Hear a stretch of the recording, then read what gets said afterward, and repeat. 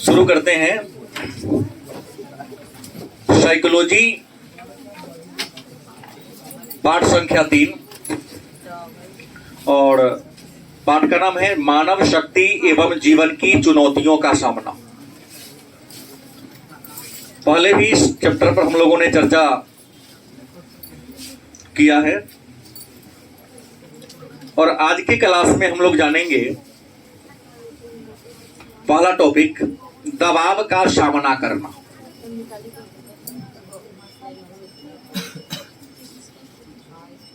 दबाव का सामना करना। तो सबसे पहले जान ले कि दबाव का सामना करना का मतलब क्या होता है। तो दबाव का अंग्रेजी में हम लोग कहते हैं स्ट्रेस। मनोविज्ञान में दबाव के लिए अंग्रेजी शब्द स्ट्रेस का प्रयोग किया गया है और हमने कहा कि स्ट्रेस लैटिन भाषा के शब्द स्टिक्टस से बना है, जिसका मतलब होता है तंग करना या कसना। क्या? तो प्रश्न है दबाव का सामना करना। याद रखेंगे, दबाव का सामना करना एक गत्यात्मक प्रतिक्रिया है। दबाव का सामना करना कैसी प्रक्रिया है? एक गत्यात्मक प्रक्रिया है। क्यों? क्योंकि सभी आदमी जानता है कि दबाव ऐसा चीज है जो अनवरत आपके लाइफ में दखल अंदाजी करते रहता है। हमेशा आपके लाइफ में कुछ न कुछ दबाव आता रहेगा।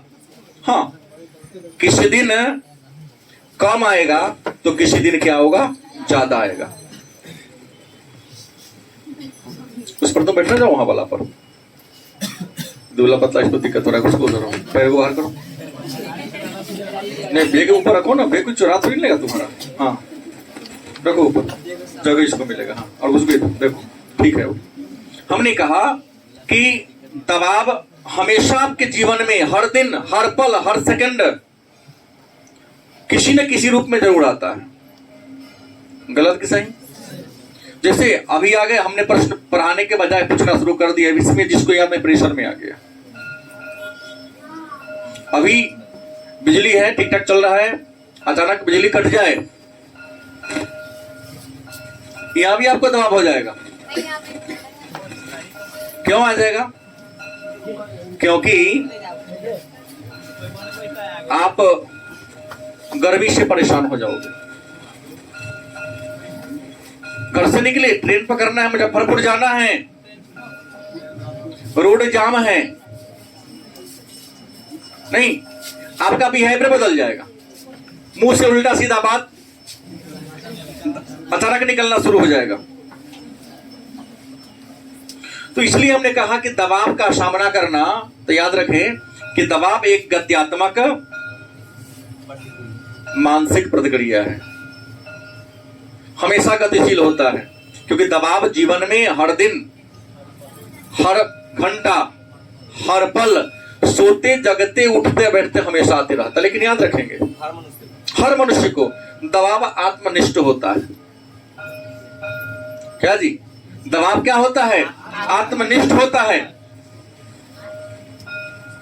जैसे कुछ लोग भीड़ में रहना पसंद करते हैं,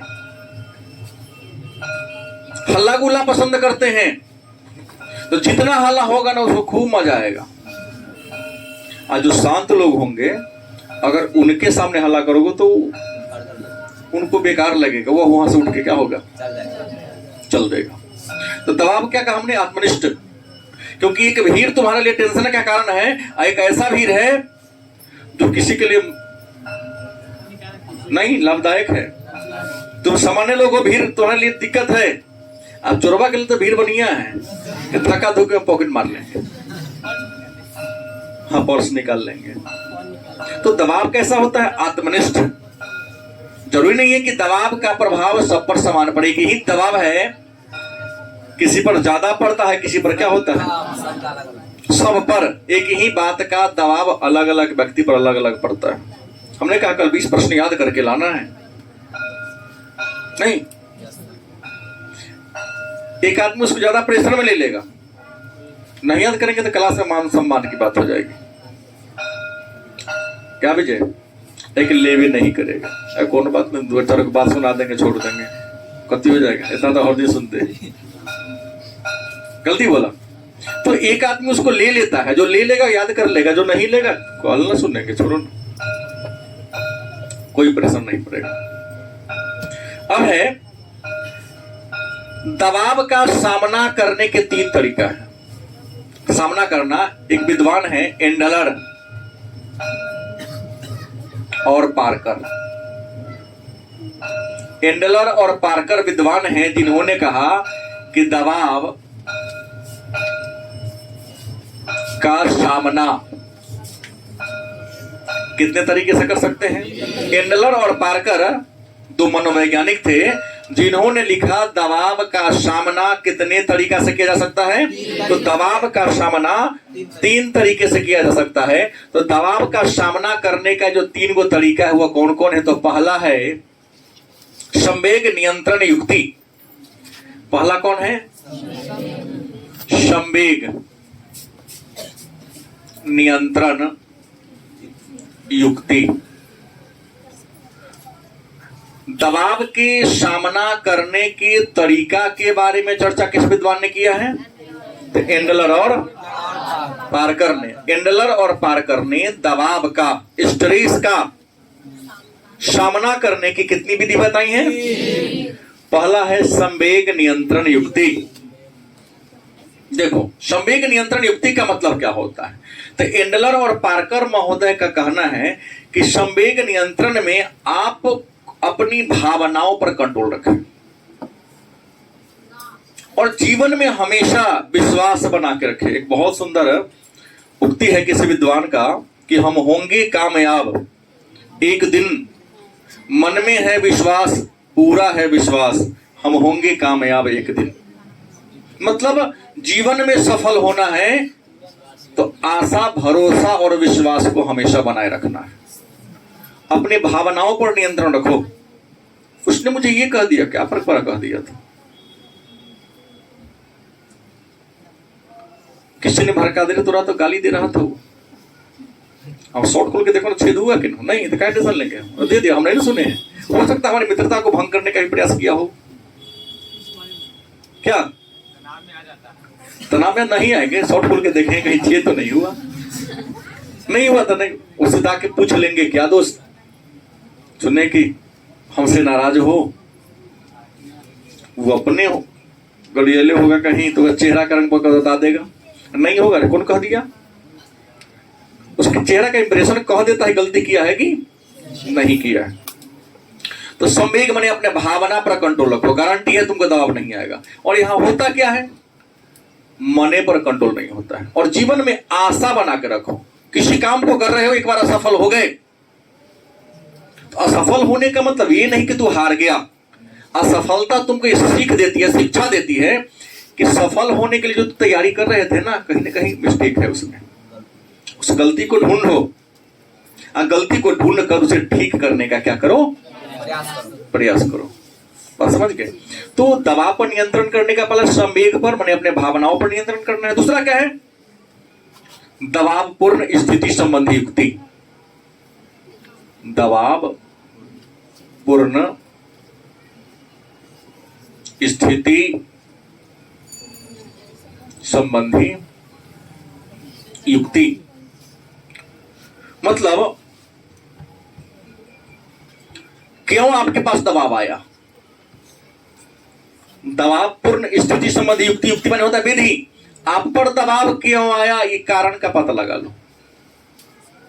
क्या जी, छोटा भाई को आदेश दे रहे गिलास पानी लाओ तो पीना है, ना देंगे, टेंशन में आ गया। छोट भाई हो के आदेश नहीं माना, अरे नहीं मानते तो कल से उसको आदेश ही नहीं दो। ना आदेश देंगे, ना नो कहेगा, ना हमको टेंशन आएगा। दबाव पूर्ण स्थिति के बारे में मूल्यांकन करो कि मुझे दबाव क्यों आता है। क्या प्रिंस, रोहित कहा कि प्रिंस का चेहरा देख लेता वो क्रोध से हमारे दिन जतरे नहीं बनता है। क्या करेंगे, सुबह जगेंगे तो प्रिंस के रूम को नहीं ताकेंगे। बहुत दूर है, हैं? हाँ हाँ, नहीं तो घोड़ा की तरह लगा लेगा आंख वाला कोई यंत्र, कड़े चश्मा, न देखेंगे न दिन खराब होगा।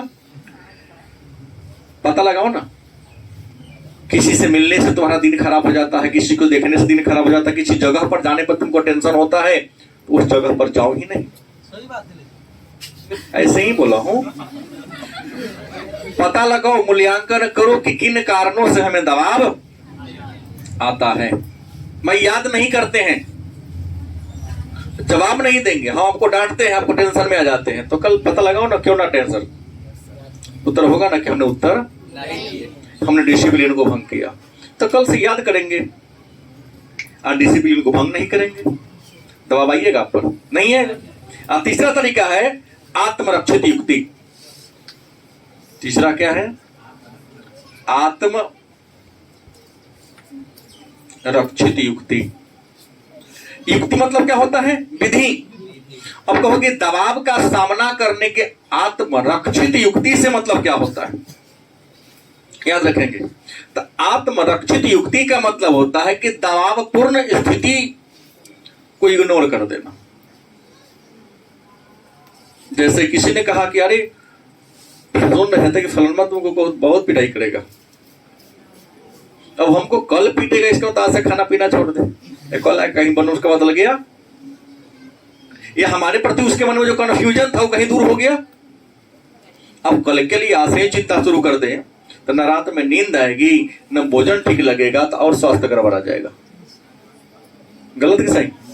तो दबाव का सामना करना एक गत्यात्मक प्रतिक्रिया है, और एंडलर और पार्कर ने दबाव का सामना करने की कितनी प्रक्रियाओं के बारे में चर्चा किया है? 3। 2 नंबर का प्रश्न ये हो सकता है कि दबाव का सामना करने की प्रक्रिया कौन कौन है। आप लिख सकते हैं कि एंडलर और पार्कर नामक मनोवैज्ञानिक ने दबाव का सामना करने के 3 प्रक्रियाओं का उल्लेख किया है। नंबर 1 संवेग नियंत्रण युक्ति, दबावपूर्ण स्थिति संबंधी युक्ति और आत्मरक्षित युक्ति। और इसी को डील कर दोगे जो मैं व्याख्या किया हूं, तो 5 नंबर का प्रश्न बन सकता है। अब प्रश्न है, एक विद्वान थे जिनका नाम था लेजारस और फोकमैन। नाम पहले भी चर्चा है, लेजारस व फोकमैन। लेजारस और फोकमैन नामक विद्वान ने दबाव एक गत्यात्मक प्रतिक्रिया है, दबाव एक गत्यात्मक प्रक्रिया है, इसका विचार किसने दिया? मैंने दबाव कैसी प्रतिक्रिया है? दबाव गत्यात्मक प्रतिक्रिया है। ये बात कौन कहा? लेजारस और फोकमैन ने कहा। और लेजारस और फोकमैन ने कहा कि जब गत्यात्मक प्रतिक्रिया है तो दबाव का सामना 2 तरीका से कर सकते हैं। क्या तरीका से? विद्वान का नाम देख के आपसे प्रश्न करेगा कि एंडलर और पार्कर ने दबाव के सामना करने की कई को विधि बताया? 3 विधि। लेकिन लेजारस और फोकमैन ने कहा कि दबाव एक गत्यात्मक प्रतिक्रिया है, लेकिन दबाव का सामना कितने तरीके से कर सकते हैं? 2 तरीका से। एक कौन है? समस्या केंद्रित। समस्या, और दूसरा कौन है? संवेग केंद्रित।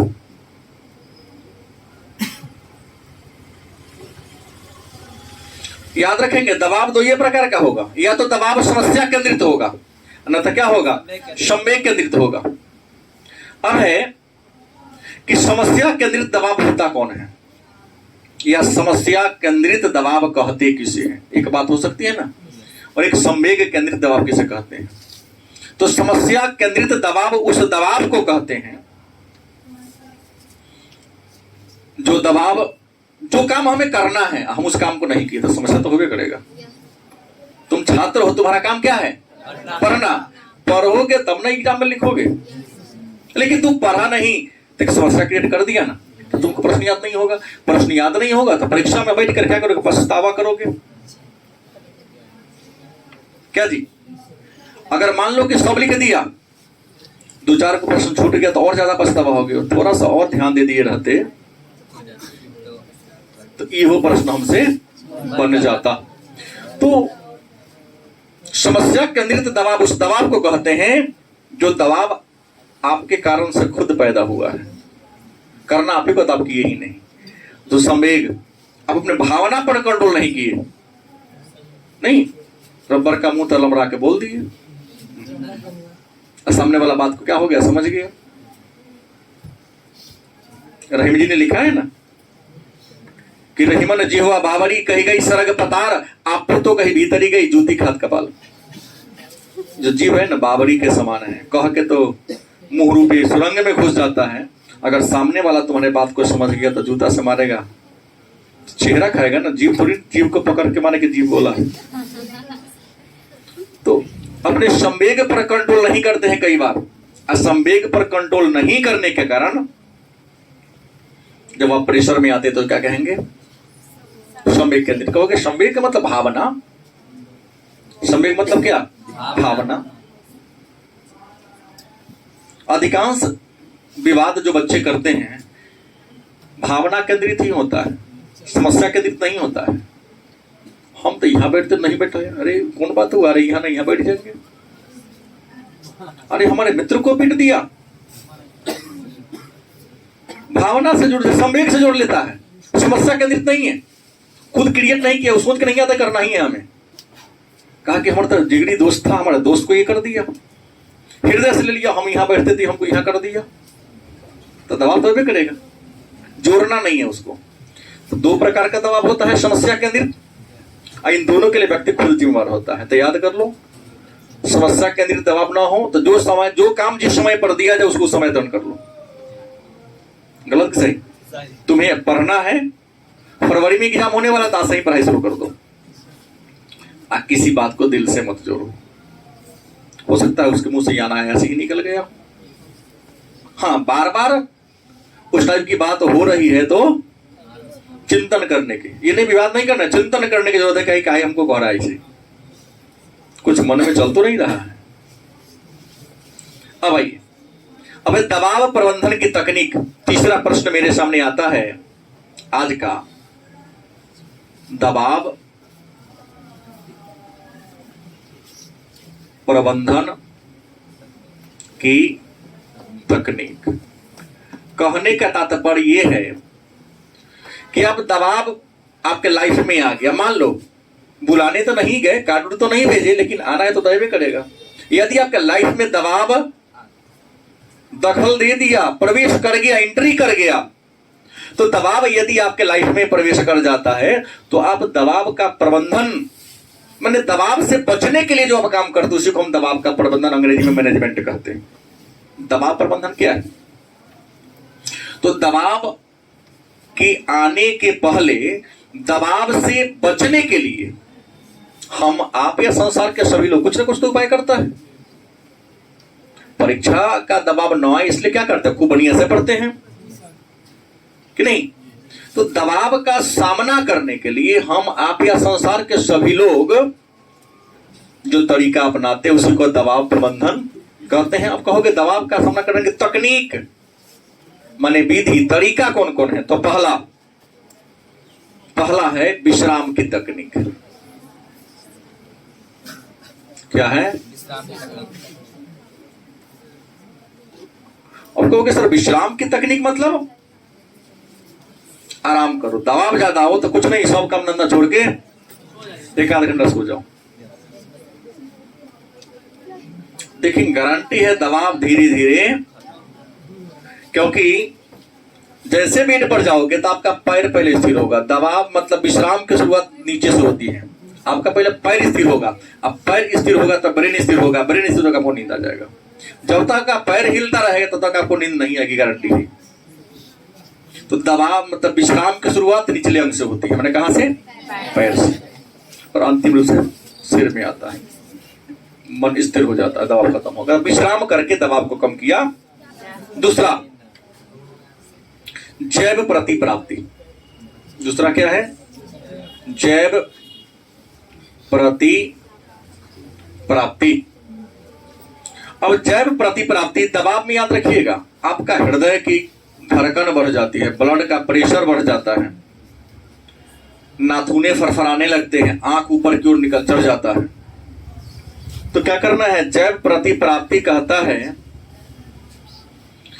जब ज्यादा दबाव हो, मन को शांति नहीं मिल रही है, तो औषधि आता है। लेकिन दबाव को कम करने वाला औषधि दुकानदार की सलाह से नहीं खाना चाहिए। डॉक्टर से परामर्श लो और डॉक्टर जितना सलाह दे उतना ही खाओ, नहीं तो आपके हार्ट पर या शरीर के अन्य अंगों को प्रभावित डैमेज कर सकता है। तो ऐसी ऐसी दवा कितना टेम्परेचर है ना, उसका आधा गोली फोड़ के खिला दो, एकदम 10 सेकंड में शांत कर देगा। शांत तो कर देगा, लेकिन दवा का दुकानदार में जाओगे ना, तो कुछ दवा है, मैं नाम नहीं कहूंगा, अगर उसका डिमांड करोगे ना, देवे नहीं करेगा, देगा ही नहीं तुमको। स्ट्रेस को कम करने वाला आ देगा, ज्यादा चीज एगो से गोली स्विच 2-11 गोली नहीं देगा वो। अब बेईमान है तो बातें छोड़ दो, उसको तो पैसा कमाना नहीं, लेकिन दवा का दुकानदार बेईमान होते, लेकिन कुछ ऐसी दवा है जल्दी नहीं देगा।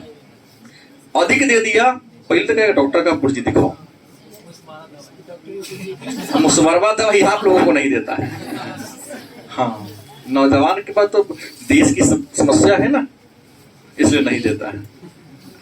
घर परिवार छोड़ तो पूरे भारत वर्ष की समस्या नौजवानों के सिर पर है, इसलिए नौजवान सबको चूहा मारने की दवा दुकानदार लोग नहीं देता है। सर आप लोगों को भी नहीं देगा पूरा? हमको दे देगा। दिन में देता है, रात में देता है। खैर मुद्दे पर आइए। दवा का सेवन करके भी आप शांत हो सकते हो। तीसरा है, ये गलत बात कहियो ऐसे नहीं करना, बता दूंगा। तीसरा क्या है? सृजनात्मक मानस।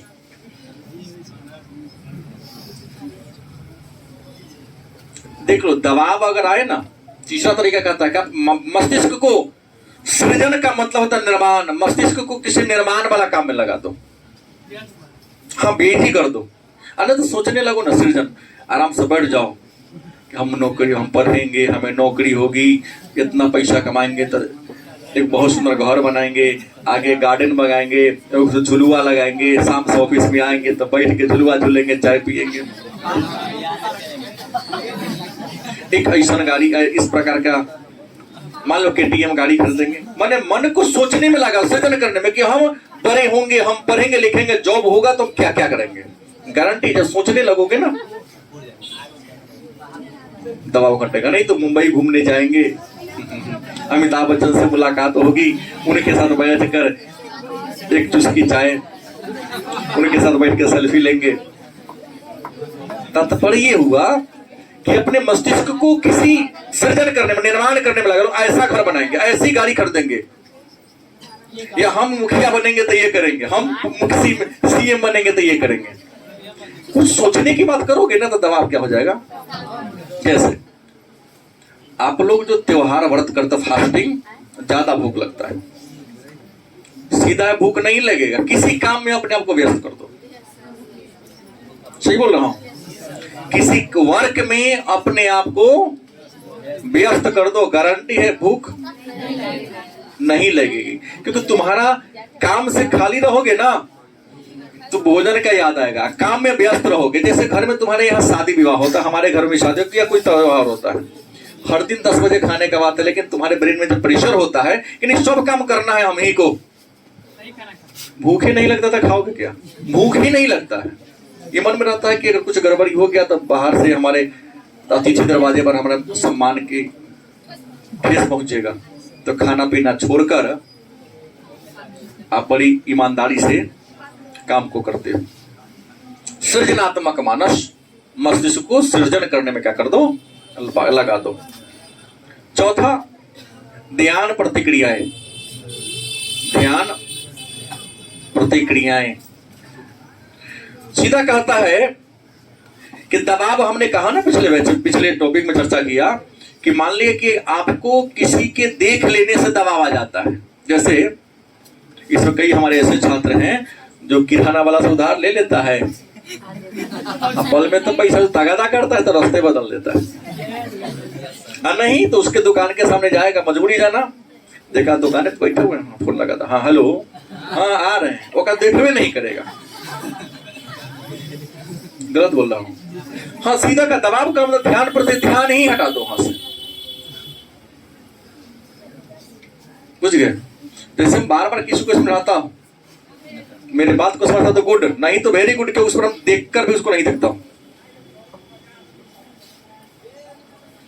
8वां क्लास के लड़का 9वां क्लास के लड़का को देखता हूँ गुटखा पान पुड़िया खाते हुए, मैं देखकर उसको नहीं देखता हूँ। जाओ अपन लाइफ में बिगड़ रहा है कि मेरा क्या बिगड़ रहा है? क्रोध आता है, बहुत ज्यादा क्रोध आता है। नहीं खाएगा तो के ना बिकेगा, किसका प्रश्न था? न बोल रहा कहीं बताओ ना पहले। तो अच्छा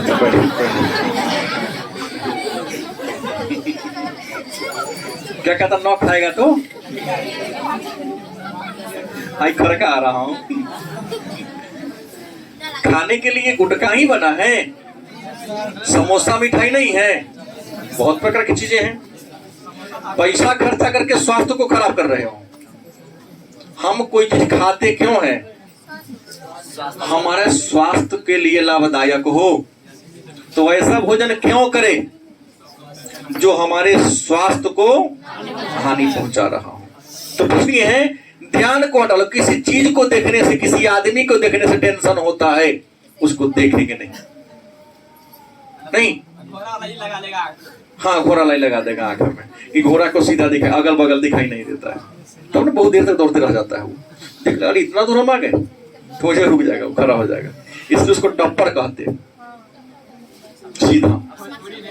हाँ हाँ, भोजपुरी में बोलबे किया। अगला है संज्ञानात्मक व्यवहारात्मक तकनीक। 5वां क्या है? संज्ञानात्मक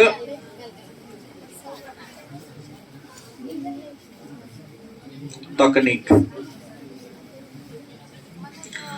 इसका मतलब यह है कि आपके मन में जो निगेटिव बात है, मैं बार बार एक बात बोलता हूं, लोग ध्यान शायद नहीं देते हो, जीवन में सफल होना है तो नकारात्मक विचार तो अपने मन से निकाल लो। एक मंत्र बार बार बोलता हूं, याद रखो, या अपने रूम के सामने, गेट के बेड पर के सामने लिख दो कि I can do it and I will do it. मैं इसे करूंगा, कर सकता हूं या करूंगा, और इसे जरूर करूंगा। असंभव कुछ भी नहीं है। क्या जी? असंभव यदि इंसान ठान ले तो, इच्छा शक्ति से, तो हमेशा सकारात्मक विचारधारा में जो नकारात्मक में नहीं। हमसे नहीं होगा, जो डर गया सो मर गया। अरे प्रयास करेंगे तो क्यों नहीं छलांग लगा सकते हैं? आईएएस बनने वाला क्या जन्मजात आईएएस होता है? उसका गुण बचपने से क्या तू नहीं बन सकता है? सबको बना सकता हूं। हम वाटसन महोदय ने क्या कहा, पैवलोव विद्वानों ने क्या कि बच्चा तो गीली मिट्टी होता है, उसको परवरिश, उसको माहौल ऐसा दे दो। इंसान को आईएएस आईपीएस या कोई भी पद माहौल प्रदान करता है, व्यक्ति नहीं बनता है। माहौल में ऐसा रहेगा वो भी बन जाएगा। तो फिर क्यों कहा कि जो जन्म से लेता वैसा? तब सर आईएएस का बेटा आईएएस कहे नहीं पाता? आईएएस का बेटा आईएएस, इसका भी उत्तर है मेरे पास। आईएएस का बेटा आईएएस इसलिए नहीं बनता है क्योंकि पद पर जाने के बाद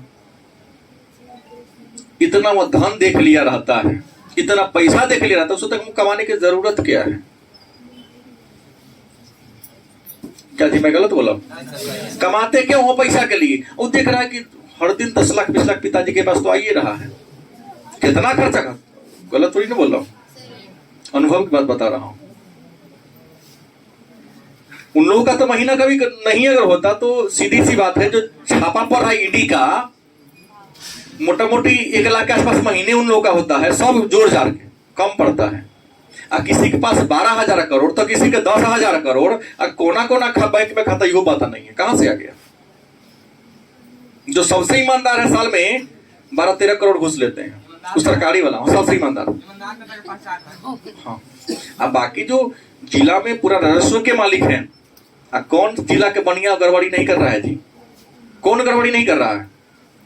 दवा का दुकान रीता से खोल दिए, 3 साल के बाद 3 लाख का पूंजी 1 करोड़ बन गया। कहां से डुप्लीकेट दवाई सब बेचता है? सीतामढ़ी शहर में या आपके बिहार के मैक्सिमम शहर में 60 से 70% दवाई डुप्लीकेट मिलता है। यहाँ के अधिकांश मेडिकल वाला दारू बेचता है। वो अलग बात है, मैं उसके बारे में नहीं, मैं दवा की बात करता हूँ। आज देखिए ना, एक दवा के दुकान से 2 साल में 3 दवा की दुकान कर लेता है, कितना कम मुनाफा है उसमें। और कहते हैं कि 10 रुपया 1000 10 रुपया हुआ, 10 में बचत नहीं है देखो। और दवा खाते कुछ होता ही नहीं है। हाँ, दवा से कोई इफेक्ट नहीं पड़ता आपके अंगों को। वो तो क्या क्या मिला के भर के दे दिया वही जाने। और वही दवा बड़े बड़े दिल्ली वगैरह में जाओ, वो जो डॉक्टर लिखेगा भी तो उसका महंगा जरूर है, लेकिन 2-3 गोली खाने के बाद इफेक्ट दिखाना शुरू करता है। इसका मतलब वो दवा ठीक है और यहाँ का दवा मुनाफा कमाने के लिए गरीब को ठग रहा है ये सब। इसलिए हम बीमारी हमारा ठीक नहीं होता है। और डॉक्टर भी बड़ी होशियार है यहाँ के। वो जाएगा तो एक्सपेरिमेंट पर करता है, 4 अंक की दवाई लिख देगा, एगो सही दवाई या 3 कमीशन वाला दवाई, जिसमें ज्यादा बचत हो। ये हमारे सब जो डॉक्टर के पास जाते हैं क्या करते हैं, वो कहता है कि आप ये दवाई लिखिए, दवाई का दाम 10 रुपया, मैं लिखूंगा इस पर 100 रुपया, 90 को तोड़ा देंगे, ये दवाई लिखिए। दुकान वाला के कौन चीज का फायदा है? अब बेरोजगार है बेचारा, क्या करेगा, डॉक्टर से जुड़ा हुआ है, वो लिखेगा तो बिकाएगा जी, इसको कुछ बचत हो रहा है। दुकानदार बेसी बड़का दुकानदार कमाई, डॉक्टर के बगल में दुकानदार हो तो उसको बेसी फायदा नहीं होता, तो 100 कमीशन डॉक्टर ले लेता है। तो संज्ञानात्मक व्यवहार याद करो, जीवन में दबाव से सामना का बचना है तो अपने मन में, अपने हृदय में, अपने मस्तिष्क में नकारात्मक बात कभी आने ही नहीं दो।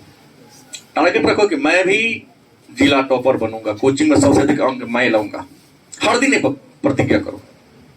क्योंकि हर दिन सोचोगे ना तो एक दिन दिमाग में हमको तो पढ़ना भी पड़ेगा ना।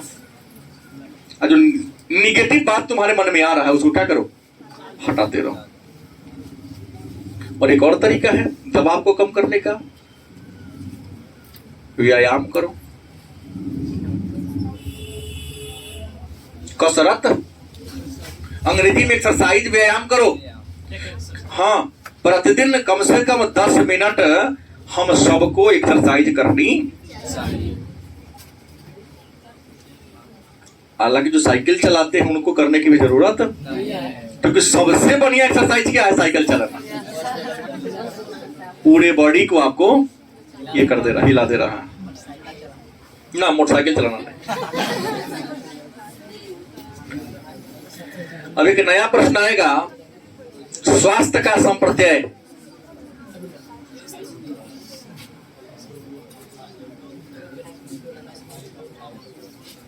तथा अथवा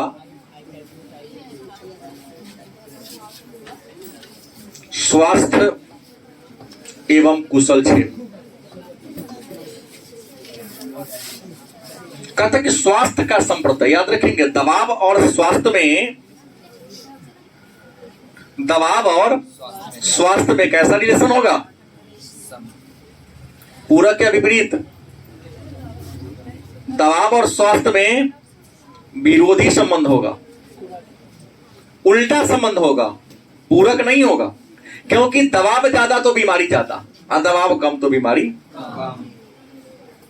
जैसे जैसे आपके लाइफ में दबाव बढ़ता जाएगा, प्रेशर बढ़ता जाएगा, स्ट्रेस आता जाएगा, आप बीमार पड़ते जाओगे। हमने कहा, विद्वान ने लिखा है कि आपके 50 से 70% बीमारी प्रेशर के कारण होता है। आप जितने बच्चे यहाँ बैठे हैं, आप में से 80% बच्चों के माता पिता का स्वास्थ्य गड़बड़ होगा, इसके पीछे रीजन तुम सब हो। गलत बोल रहा हूं ना? सही कह रहा हूं। क्यों? क्योंकि जैसा वो तुमको देखना चाहते हो वैसा लक्षण तुम्हें नहीं देख रहे हो। तुमको चाहते कि पढ़ लिख के अच्छा नागरिक बने, सभ्य नागरिक बने। वो सोचते कि हम जहां जाए तो हमको कह रहे तोहर बेटा बहुत अच्छा है, संस्कारी है, विचारवान है, बहुत अच्छा पढ़ता है। ऐसा सुन लेने मात्र से उनका आधा बीमारी क्या हो जाता है। लेकिन क्या मिलता है, वो बेटा तो बड़ा तेज मोटरसाइकिल चलावे छो, हाथ छोड़ के चलो बेचो। वो दिन देख लो हाईवे पर 8-9 बजे तक सब बवाइत रहो, एगो पर 3 गोले नहीं तो क्या है। ऐसा सुनने से उनके मन में क्रोध आएगा नहीं, क्रोध आएगा तो स्ट्रेस में आएंगे, बीमार हो जाएंगे। तो दबाव और कुशल संक्षेप की बात करें, दबाव जना व्यक्ति पर होगा वो कभी स्वस्थ या कुशल हो ही नहीं सकता है। आज जो स्वस्थ होगा कुशल होगा उसको कभी दबाव हो ही नहीं सकता है। लेकिन एक और प्रश्न आता है, दबाव प्रति विरोधी व्यक्ति।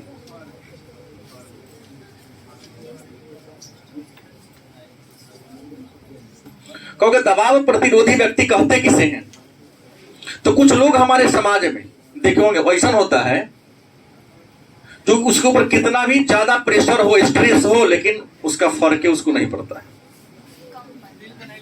नहीं टेंशन लेता ही नहीं हो।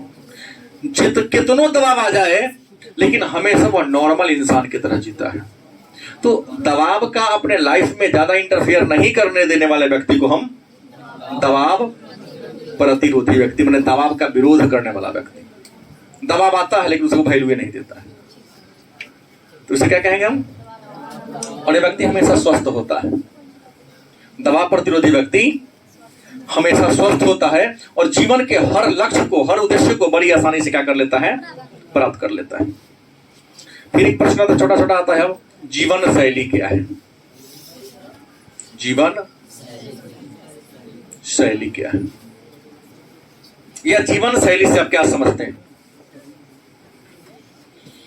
तो हम जितने भी लोग हैं संसार में, सभी व्यक्ति अपना निर्णय खुद लेते हैं और हर व्यक्ति का अपना एक बिहेवियर होता है, जीने की कला होती है, जीने का तौर तरीका होता है।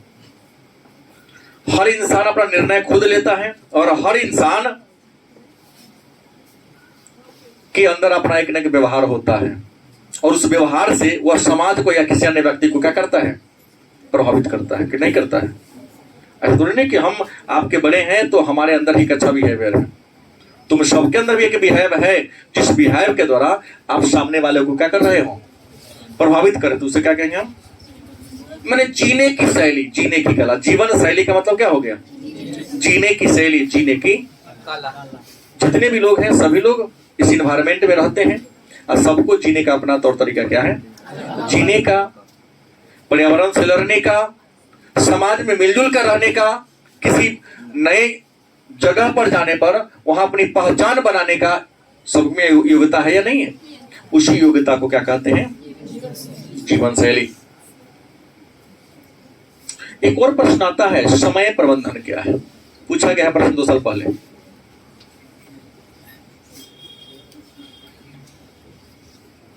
समय प्रबंधन क्या है? समय अंग्रेजी में आप लोग टाइम, प्रबंधन अंग्रेजी में मैनेजमेंट। टाइम मैनेजमेंट क्या है? तो कोमल तू खड़ी, क्या वार्तालाप हो रहा था? दोनों खड़ा हो, अरे खड़ा हो गात वाली, खड़ा हो ना तू। कुछ ना कुछ उस बेंच पर चल रहा है उस समय से, खड़ा हो। इसलिए फोन करके आई कि सर आज पढ़ाई होगा कि ना? कुछ न तय लड़की, कुछ बात हो रहा था ना, कुछ ना कुछ। कथी कौन मुद्दा था? बिहार के राजनीति पर मुद्दा था कि केंद्र के राजनीति पर मुद्दा था?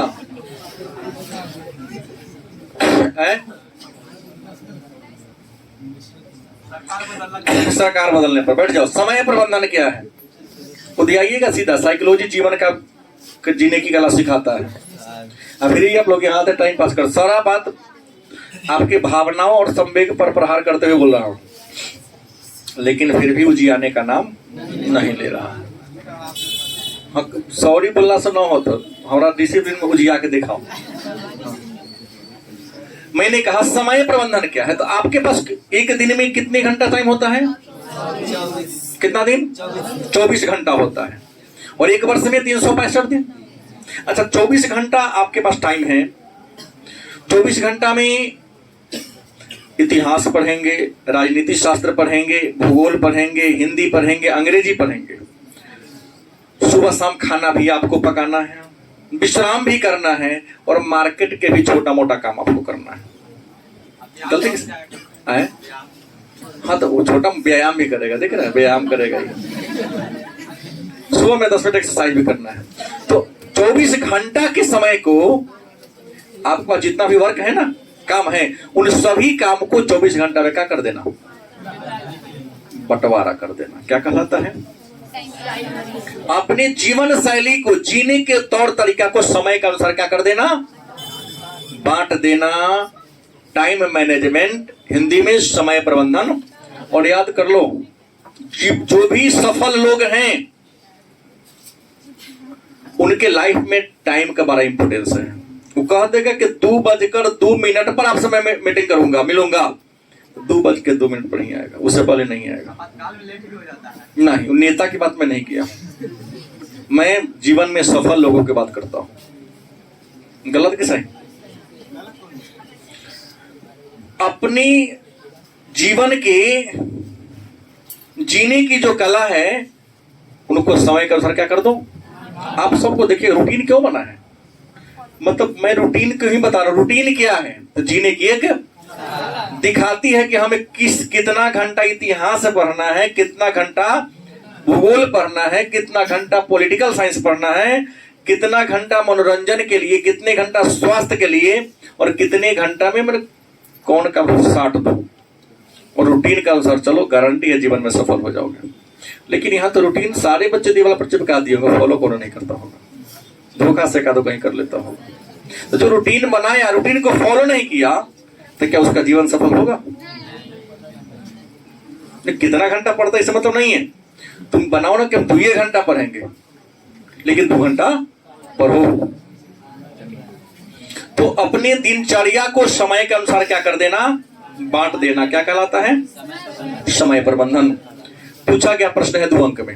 फिर अगला प्रश्न है सविवेक चिंतन क्या है, ये भी पूछा गया है।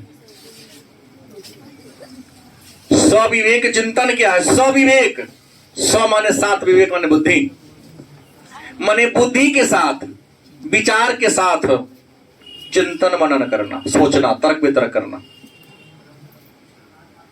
क्या कहलाता है? मैंने बुद्धि लगाकर विवेक के साथ किसी कार्य के बारे में, अपने जीवन के बारे में चिंतन मनन करना। क्या कहलाता है?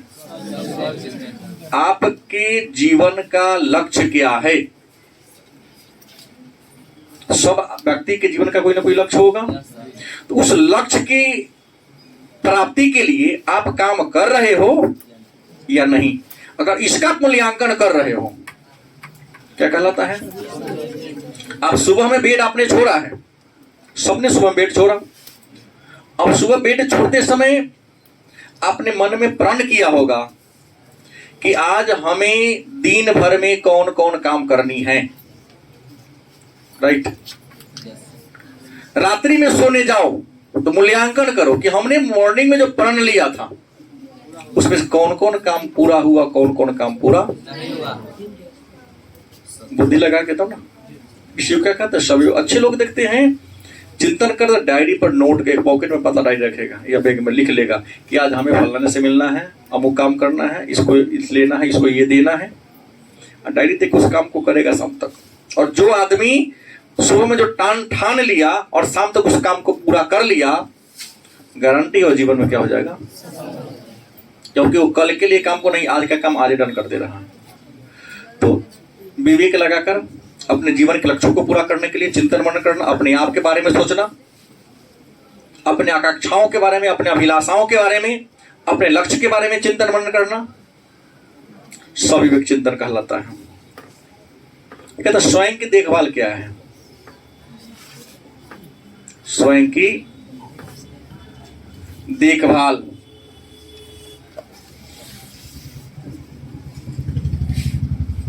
स्वयं माने अपना, देखभाल माने सुरक्षा करना। हमारे जीवन में तो हर कदम पर क्या है, दबाव है। हमारे जीवन में हर कदम पर क्या है, तो उस दबाव से अपने को बचाने के लिए सभी लोग, छोटा बच्चा जिसका उम्र मात्र 6 महीना है, उसे अपने कंधा पर बैठा लो, झोंटा पकड़ लेगा जोर से, कहीं छोड़ न दे। गलत बोला? तो करता है ना।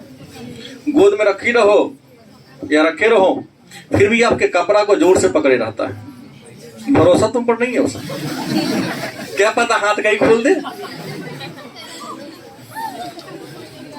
ये तो आप लोगों के लिए जाना पर रखा पहचाना बात है ना। तो प्रश्न क्या है? स्वयं की देखभाल। दबाव हर पल आ रहा है, हर कदम पर दबाव आपके सामने खड़ा हो रहे हैं। तो उस दबाव से बचने के लिए हम और आप सभी कुछ न कुछ कर रहे हैं। छोटा बच्चा भी कर रहा है। उदाहरण दिया जो सही उदाहरण है, उसे क्या कहेंगे? स्वयं की देखभाल। एक और प्रश्न आता, आग्रहीता क्या है? आग्रहीता क्या है? ये आग्रहीता से आप क्या समझते हैं? तो किसी के आग्रह को स्वीकार ना करना। कोई कह रहा है चलो ना मुझ काम कर दो मेरा, और हम आपसे काम होने वाला नहीं है। नहीं, मान लो नहीं होने वाला है, या होने भी वाला है लेकिन तुम्हारे पास टाइम नहीं है, तो उनकी बात को स्वीकार कर तुम्हारा अपना काम खराब होगा। तो मान लिया कि तुम्हें कोई और काम करना है और कोई अगला व्यक्ति है जो तुम्हें किसी अन्य काम को करने के लिए क्या डाल रहा है, तो क्या करो? उनके आग्रह को, उनके रिक्वेस्ट को क्या करना है? स्वीकार नहीं कहलाता, क्या करता है? आग्रहीता कहलाता है। अपने लक्ष्य को पूरा करने के लिए, जैसे अभी कल आपका परीक्षा है, कोई मित्र आता, चलो ना आज तुमको अपने तरफ से फ्री में मैं सिनेमा दिखाऊंगा। कोई फिल्म आया है, लोग विरोध बड़ा कर रहा है, लाल सिंह चड्ढा। अब कोई मित्र आया, क्या विजय? अब इसका एक मित्र है शिवम, चलो सिनेमा देखो इसे। अब होशियार होगा तो कहेगा आज मैं नहीं देखने जाऊंगा क्योंकि हमको कल का होमवर्क पूरा करना है। उसने रिक्वेस्ट किया, नहीं न करेगा। हम यही जगह बोल दे रहा हूँ, चल मंगनी में दिखा रहे हैं सर जी से, तो बिहार मनाइए लेवे हैं। हाँ। प्रश्न क्या है कि अपने लक्ष्य को पूरा करने के लिए, अपने उद्देश्य को पूरा करने के लिए किसी के बात को क्या करना, बड़ा ही आदरपूर्ण तरीके से, मित्र आज छोड़ो ना कल चलेंगे, उसके आग्रह को स्वीकार क्या कहलाता है? आग्रहीता कहलाता है। तो ये रहा आपका पाठ 3 का, मानव शक्ति एवं जीवन की चुनौती। उम्मीद है कि आज को लेकर के हम लोगों का तीसरा क्लास था क्या? तो इसके बाद हम लोग अगला चैप्टर आएगा मनोवैज्ञानिक विकार, रोग के बारे में पढ़ेंगे और उसके बाद रोग के उपचार के बारे में चर्चा करेंगे।